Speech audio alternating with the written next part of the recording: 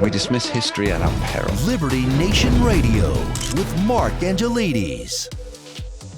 Welcome back to Liberty Nation Radio. We're continuing once again with longtime host of this here radio show, Mr.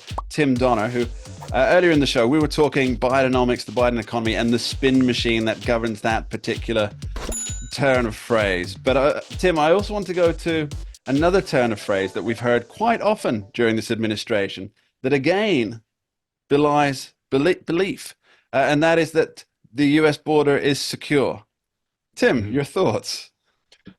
Well, I think the thing that people object to, and let's be clear, for the longest time, I thought that this would not become a major issue because the elite media refused to cover it. For the longest time, Fox News and some conservative outlets were the only one to cover it. But now it has entered the bloodstream of the American public to a degree that immigration in the latest poll is listed as the number 2 issue. And I don't even need to tell you that that's not an issue that's going to favor Joe Biden. And I think the problem that people have with his policy or non-policy at the border is that they know he can fix it. They know it can be addressed successfully because Donald Trump did it. And they know, consequently, that what Joe Biden is doing is selling out to his radical base that wants open borders, that wants people to be able to come in willy-nilly. They won't say it, but their words don't say it, but their actions do.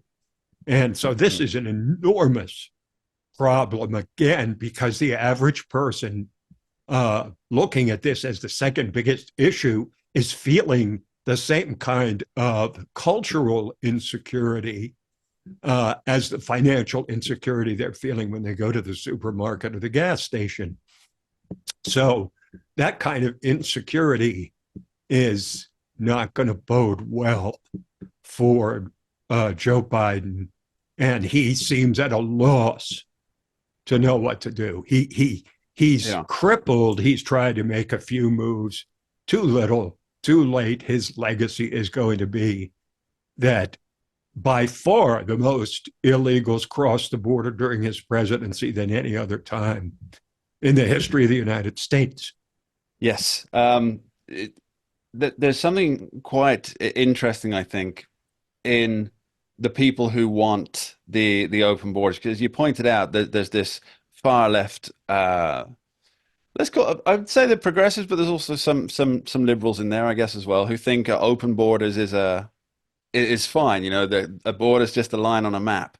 But they're hand in hand with they have the same opinion on borders as big corporations. And now these corporations who are lobbying, who are spending a lot of money there, these are such strange bedfellows that I think Joe Biden's kind of stuck in the middle of the two of them. So he wants to use the rhetoric of the left to be the progressive crusader, but at the same time he has to kowtow to the business people who want more labor, because the reality is that the more uncontrolled immigration you have, it depresses wages for people at the bottom.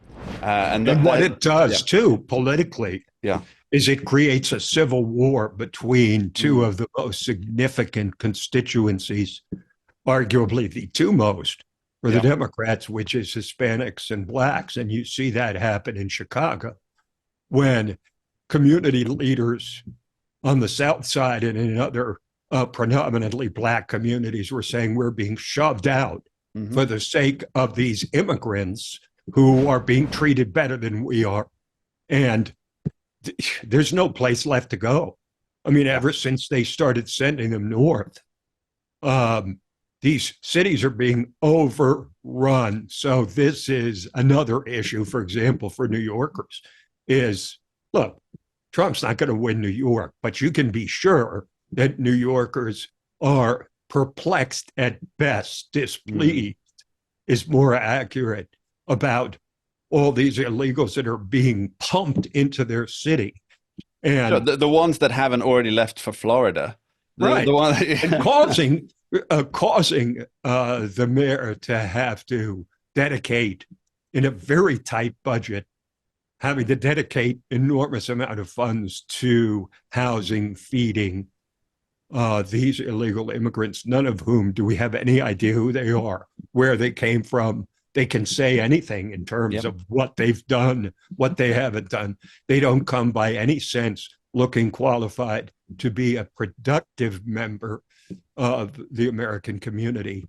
Well, And so just there's on so the many levels, yeah. it's a disaster for Biden. There's the key thing, isn't it? I think everybody's for regular immigration. I can't think there are many people that are against that.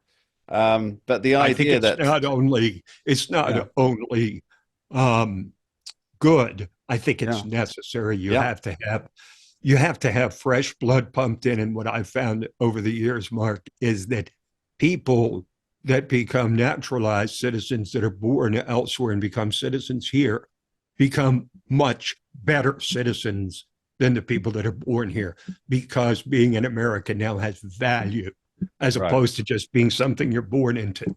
Yeah, so I think my point here is that if somebody's first act on entering American soil is to commit a crime, you know, it kind of sets you on a bad path. I mean, these are not going to be the best and the brightest, as Donald Trump made the point. They're not the high flying doctors or engineers who are going to contribute from day one to society. I mean, they might, manage to get an education and come to that, but that's not what the absolute mass of people are straight away. And I think that there's got to be a little bit of a Schadenfreude for the southern states now that they're sending their migrant burden north, and they're watching these northern elite states collapse under a fraction of what they've had to deal with year after year. After they Mm, virtue signaled for mm, years and wore it as a badge of honor that they were sanctuary cities